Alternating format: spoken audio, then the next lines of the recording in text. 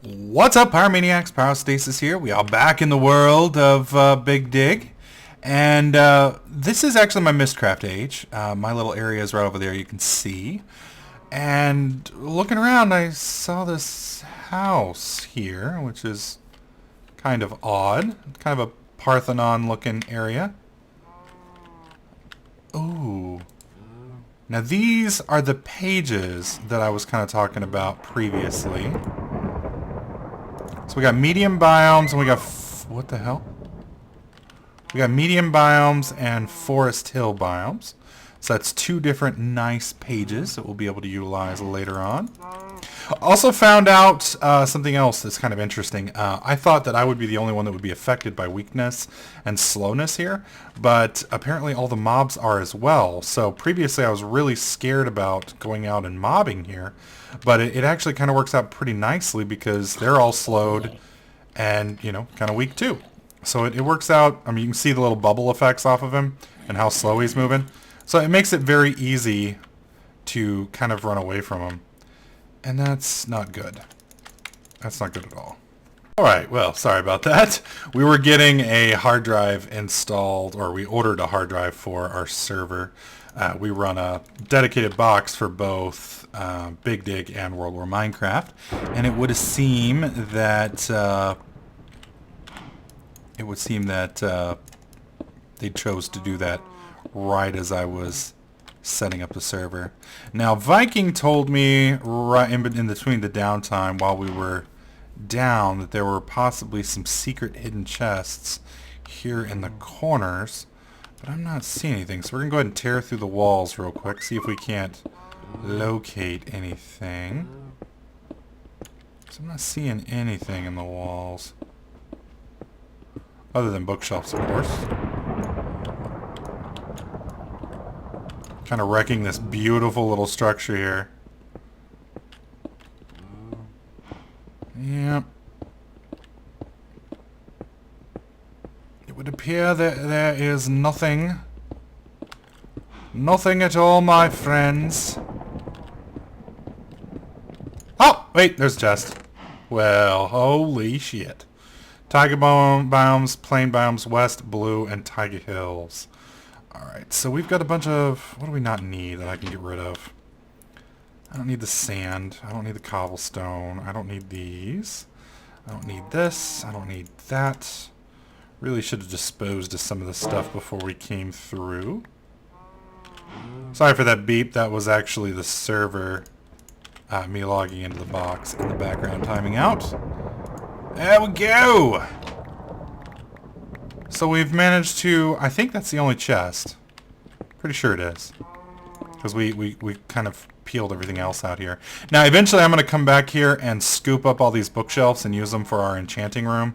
Assuming we don't just go straight for... what's it called? Assuming we don't go straight for brains in a jar. Thaumcraft is one of the things I will be researching over the next couple weeks as well. Lots of things to do. Lots of things. Now, since this is a Mystcraft age, I don't really care about the innate aura here. And I would like to have a nice Mystcraft tree in my base of operations. So we did get one sapling out of that, and I think that is it, which is kind of a bummer. But at least we'll be able to move the tree to our actual age. So I'll be able to grow that here. I'm going to kind of look around and see if we can't find any more. Now, the whole reason I came out here, for whatever reason, there is an issue on the server. I don't know if it's a Big Dig issue or whatnot, but there's something that keeps mobs from spawning in the overworld. So basically, the only location that you can actually get and kill monsters... Is that a creeper? No, it's an Enderman. Oh, I looked at him. Oh, jeez, he is angry! Holy shit, dude, that was a mad mamma jamma.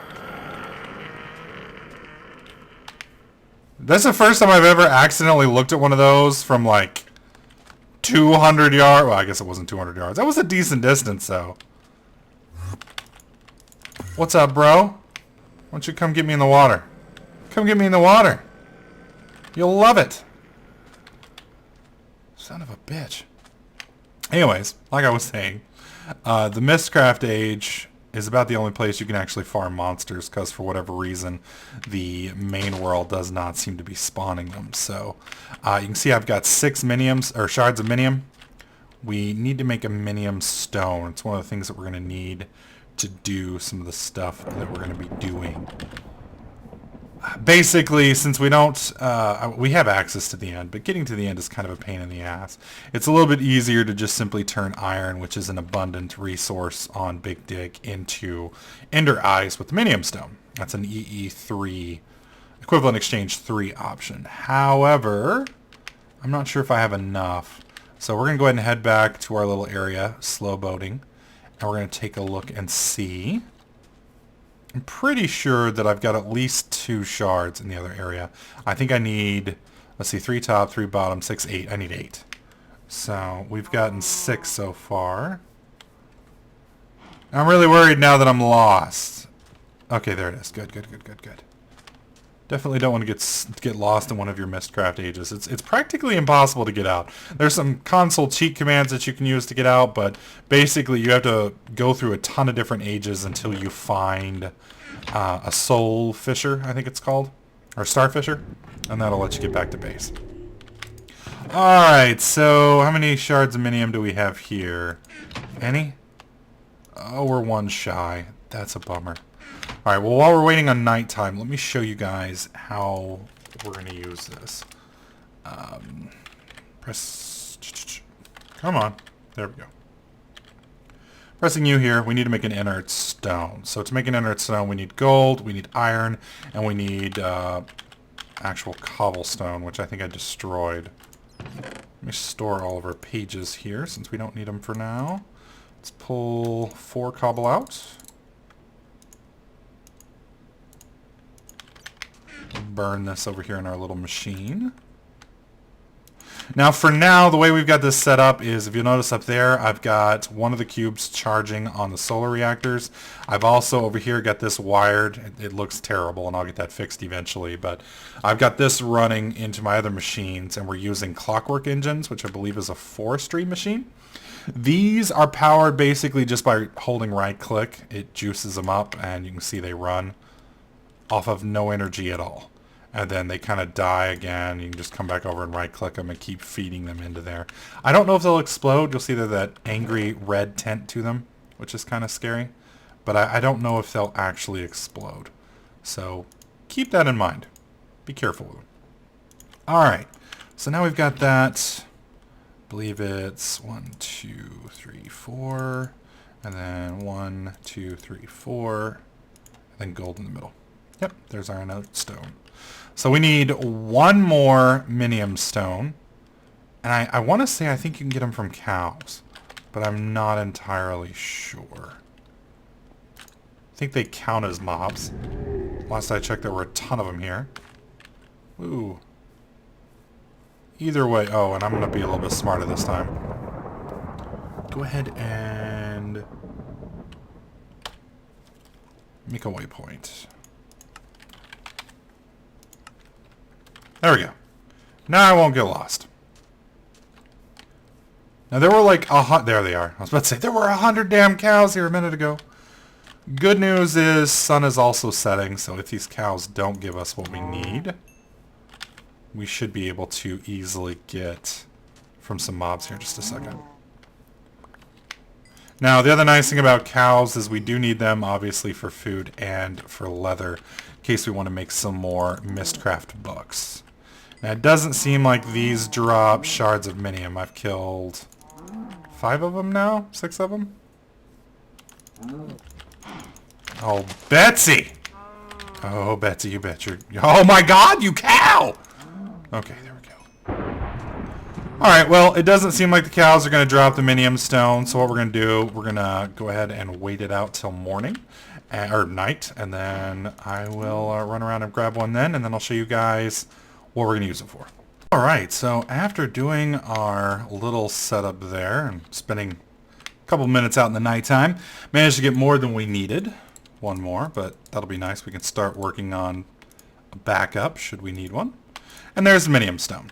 Now the Minium stone is going to be very similar to the Philosopher's Stone, if you remember that from back in the day with EE3. You can also see on the ground here it's going to highlight certain things, and you can turn, you know, sand into dirt. I think you can do a few other things with it, but I haven't spent a whole lot of time with EE3. Be careful what you click on. You definitely don't want to turn some accidents into, you know, some stuff that you might actually want or need into some random materials. Now we're going to go ahead and take 64. That should be more than we need. We're going to place it in here, and if I remember right, it's like this. And that gives us ender pearls. So we now have 16 ender pearls. You can also see that that kind of whittled down the Minium stone just a bit. Now, at the moment, we are still pumping into this. Let me come over here. Do we have our wrench on us? Yes, we do. I haven't turned this into a redstone thing yet. I will shortly. There we go.